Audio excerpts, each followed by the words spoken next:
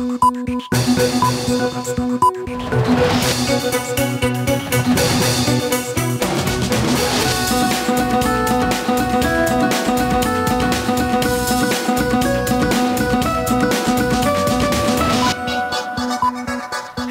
স্বাগত মাছরাঙা সংবাদে। আপনাদের সঙ্গে আছে আমি ফারহানা পারভিন।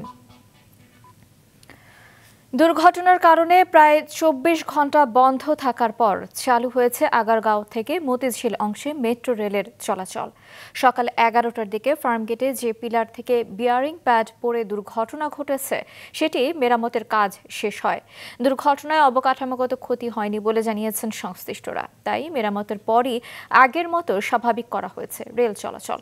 এতে খুশি যাত্রীরা। তবে সকাল থেকে আগারগাঁও মতিঝিল অংশে মেট্রো বন্ধ থাকায় ভোগান্তিতে পড়েন অফিসগামী যাত্রীরা। অনেকেই সড়কে দীর্ঘ সময় যানবাহনের জন্য অপেক্ষা করতে দেখা যায়। এদিকে উচ্চ পর্যায়ে কমিটি করে মেট্রো রেল এবং ঢাকার সব ফ্লাইওভারের বিয়ারিং প্যাডের মান এবং রক্ষণাবেক্ষণ তদন্তে হাইকোর্টে একটি রিট হয়েছে।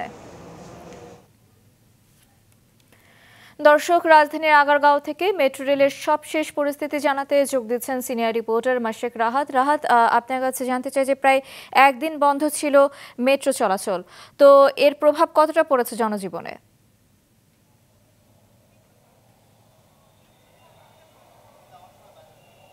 ফারহানা, একদিন বন্ধ থাকতে মূলত আসলে আগারগাঁ থেকে মতিঝিল অংশে প্রায় ২৪ ঘন্টা মেট্রো রেল চলাচল বন্ধ ছিল। ভালো খবর হচ্ছে কিছুক্ষণ আগে মেট্রো রেল চলাচল স্বাভাবিক হয়েছে, অর্থাৎ উত্তরা থেকে মতিঝিল পর্যন্ত ঠিক আগের মতোই মেট্রো রেল চলাচল করছে।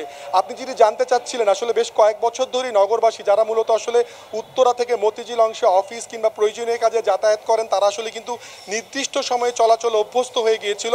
আমি যেটি দেখেছি সকাল 11:30টার আগ পর্যন্ত আসলে যারা নির্দিষ্ট সময়ে চলাচল অভ্যস্ত হয়ে গিয়েছিল তাদের কিন্তু আসলে সড়কে বেশ যানজটে পোহাতে হয়েছে এবং গাড়ি ঘোড়া যানবাহন পেতেও বেশ ভোগান্তিতে পড়তে হয়েছে, যে কারণে তারা কিন্তু আসলে বেশ দুর্ভোগেই পড়েছে এবং হঠাৎ করেই হোঁচট খেয়েছে।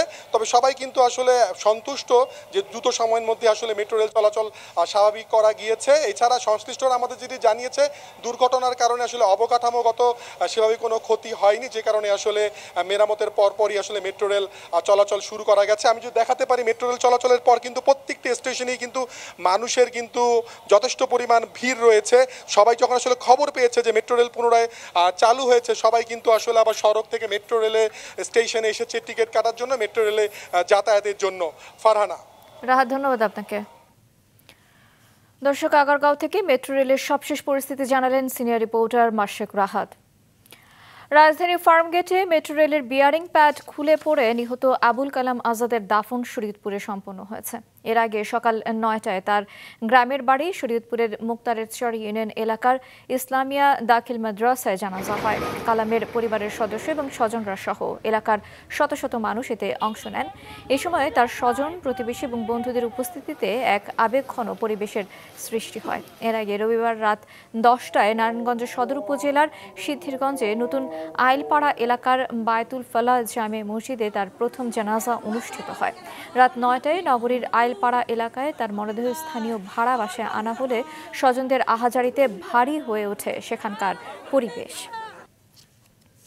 সাভারের বিরুলিয়ায় তুচ্ছ ঘটনা কেন্দ্র করে ড্যাফোডিল ইন্টারন্যাশনাল ইউনিভার্সিটি এবং সিটি ইউনিভার্সিটির শিক্ষার্থীদের মধ্যে ভয়াবহ সংঘর্ষের ঘটনা ঘটেছে। রাত 12টা থেকে ভোর 4টা পর্যন্ত চলা এ সংঘর্ষে উভয় বিশ্ববিদ্যালয়ের অন্তত অর্ধশতাধিক শিক্ষার্থী আহত হয়েছে। প্রত্যক্ষদর্শীরা জানিয়েছেন, সন্ধ্যায় ব্যাচেলর প্যারাডাইস হোস্টেলের সামনে সিটি ইউনিভার্সিটির এক শিক্ষার্থী থুতু ফেললে তা ড্যাফোডিলের এক শিক্ষার্থীর গায়ে লাগে। এ নিয়ে তর্কের পর এক পর্যায়ে সিটি ইউনিভার্সিটির 40-50 জন শিক্ষার্থী ড্যাফোডিলের শিক্ষার্থীদের হোস্টেলে হামলা চালায়। ওই ঘটনার ভিডিও সামাজিক মাধ্যমে উত্তেজনা ছড়িয়ে পড়ে এবং এক পর্যায়ে শুরু হয় ভয়াবহ সংঘর্ষ। ড্যাফোডিলের শিক্ষার্থীরা সিটি ইউনিভার্সিটির ভেতরে ঢুকে প্রশাসনিক ভবন সহ বিভিন্ন স্থাপনায় ভাঙচুর চালায় এবং আগুন দেয়। এ সময় পুড়িয়ে দেওয়া হয় 3টি বাস এবং একটি প্রাইভেট কার। অভিযোগ উঠেছে, 4 ঘন্টা ধরে সংঘর্ষ চললেও আইন শৃঙ্খলা বাহিনীর কোনো সহায়তা পাননি শিক্ষার্থীরা। ভৈরবকে জেলা ঘোষণার দাবিতে রেলপথ অবরোধ করে বিক্ষোভ করেছে স্থানীয় জনগণ। এতে সকাল থেকে বেলা 11:15 পর্যন্ত ঢাকা চট্টগ্রাম রেল লাইনে ট্রেন চলাচল বন্ধ ছিল। আন্দোলনকারীদের অভিযোগ, দীর্ঘদিন ধরে ভৈরব উপজেলা উন্নয়ন বঞ্চিত এলাকায় পরিণত হয়েছে। পরিস্থিতির উত্তরণে ভৈরবকে দ্রুত জেলা ঘোষণা করতে হবে।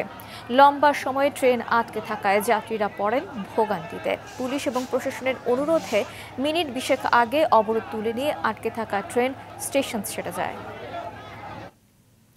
জুলাই আন্দোলনে কুষ্টিয়ায় 6 জনকে হত্যার ঘটনায় মানবতা বিরোধী অপরাধের মামলায় আওয়ামী লীগের যুগ্ম সাধারণ সম্পাদক মাহবুবুল আলম হানিফ সহ 4 জনের বিরুদ্ধে অভিযোগ গঠনের শুনানি চলছে। আন্তর্জাতিক অপরাধ ট্রাইব্যুনাল 2-এ বিচারপতি নজরুল ইসলাম চৌধুরীর নেতৃত্বাধীন 3 সদস্যের বিচারিক প্যানেলে এই শুনানি হচ্ছে। অন্যদিকে ট্রাইব্যুনাল 1-এ জুলাই গণঅভ্যুত্থানে রাজধানীর রামপুরায় ছাদের কার্নিশে ঝুলে থাকা আমির হোসেনকে গুলি করা সহ 2 জনকে হত্যার ঘটনায় করা মামলায় ডিএমপির সাবেক কমিশনার হাবিবুর রহমান সহ 5 জনের বিরুদ্ধে দ্বিতীয় দিনের সাক্ষ্য গ্রহণ শুরু হয়েছে। সাক্ষী হিসেবে জবানবন্দি দিচ্ছেন গুলিবিদ্ধ বাসিত খান মুসার বাবা মুস্তাফিজুর রহমান। বঙ্গোপসাগরে অবস্থানরত গভীর নিম্নচাপটি আরও ঘনীভূত হয়ে ঘূর্ণিঝড় মন্থাতে পরিণত হয়েছে। সকালে আবহাওয়া অধিদপ্তরের 5 নম্বর বিশেষ বিজ্ঞপ্তিতে জানানো হয়েছে, ঘূর্ণিঝড়টি আরও পশ্চিম উত্তর পশ্চিম দিকে অগ্রসর এবং ঘনীভূত হতে পারে। এটি কাল সন্ধ্যা নাগাদ ভারতের অন্ধ্রপ্রদেশ উপকূল অতিক্রম করতে পারে। চট্টগ্রাম, কক্সবাজার, মোংলা এবং পায়রা সমুদ্র বন্দরসমূহে 2 নম্বর দূরবর্তী হুঁশিয়ারি সংকেত দেখিয়ে যেতে বলা হয়েছে। উত্তর বঙ্গোপসাগরে অবস্থানরত সব মাছ ধরার নৌকা এবং ট্রলারকে পরবর্তী নির্দেশ না দেয়া পর্যন্ত উপকূলের কাছাকাছি থেকে সাবধানে চলাচল করতে বলা হয়েছে। আন্তর্জাতিক প্রসঙ্গ, শান্তি আলোচনার মধ্যেই পাকিস্তান আফগানিস্তান সীমান্তে আবারও সংঘর্ষে 5 পাকিস্তানি সেনা এবং 25 জন সশস্ত্র যোদ্ধা নিহত হয়েছে। পাকিস্তানি সেনাবাহিনী এক বিবৃতিতে জানিয়েছে, শুক্রবার এবং শনিবার আফগান সশস্ত্র যোদ্ধারা পাকিস্তানের উত্তর পশ্চিম সীমান্তবর্তী দুর্গম এলাকা কুরাম এবং উত্তর ওয়াজিরিস্তান জেলায় সীমান্ত অতিক্রম করার চেষ্টা করেছিল। তালেবান সরকার সশস্ত্র যোদ্ধাদের আশ্রয় দেওয়ার অভিযোগ অস্বীকার করে, তবে তারা জানিয়েছে পাকিস্তানের সামরিক অভিযান আফগান সার্বভৌমত্বের লঙ্ঘন। খেলার খবর, 3 ম্যাচ সিরিজের প্রথম টি-20-তে আজ ওয়েস্ট ইন্ডিজের বিপক্ষে মাঠে নামছে বাংলাদেশ। চট্টগ্রামে ম্যাচটি শুরু হবে সন্ধ্যা 6টায়। চট্টগ্রাম থেকে মোহসেনাত শিহাবের রিপোর্ট, ক্যামেরায় ছিলেন সঞ্জীব দেবাবু। সাম্প্রতিক সময়ে 20 ওভারের ক্রিকেটে বাংলাদেশ দল শোনাচ্ছে দিনবদলের গান। শ্রীলঙ্কা, পাকিস্তান, নেদারল্যান্ডস ও আফগানিস্তান পরপর 4টি টি-20 সিরিজে শেষ হাসি হেসেছে টাইগাররা। এশিয়া কাপেও ফাইনালের সম্ভাবনা জেগেছিল। গ্যালারিতে বল পাঠানোর মন্ত্র ভালোই রপ্ত করেছেন ব্যাটাররা। চট্টগ্রামের সাগরিকায় বীরশ্রেষ্ঠ মতিউর রহমান ক্রিকেট স্টেডিয়ামেও অনুশীলনে দেখা গেল সোহান ও জাকের আলীর বিগ হিটিং। ওয়েস্ট ইন্ডিজের বিপক্ষে সিরিজ পূর্ববর্তী সংবাদ সম্মেলনে অধিনায়ক লিটন দাস জানালেন, শুধু ছক্কা হাঁকানো নয়, দলের মনোযোগ স্মার্ট ক্রিকেট খেলার দিকে। 6 থেকে 7 পর্যন্ত যতগুলো বাংলাদেশ টিমের প্লেয়ার আছে, এর ভিতরে মধ্যে 6-এর সংখ্যা আমারই কম। যদি আমি ওভারঅল আমার ক্রিকেট ক্যারিয়ার দেখি, ম্যাক্সিমাম প্লেয়ারই অনেক বড় বড় 6 মারতে পারে। এটা একটা বাংলাদেশ টিমের জন্য positive sign. But at the same time আপনি ক্রিকেট শুধু 6-এর উপর দিয়ে গেলে হবে না, আপনাকে স্মার্ট ক্রিকেট খেলতে হবে। যদি প্রয়োজন পড়ে 6 মারবে, আদারওয়াইজ সিঙ্গেল ডাবলে যেতে হবে। সংবাদ সম্মেলনের পরই দুপুরের কড়া রোদে অনুশীলন সারে বাংলাদেশ।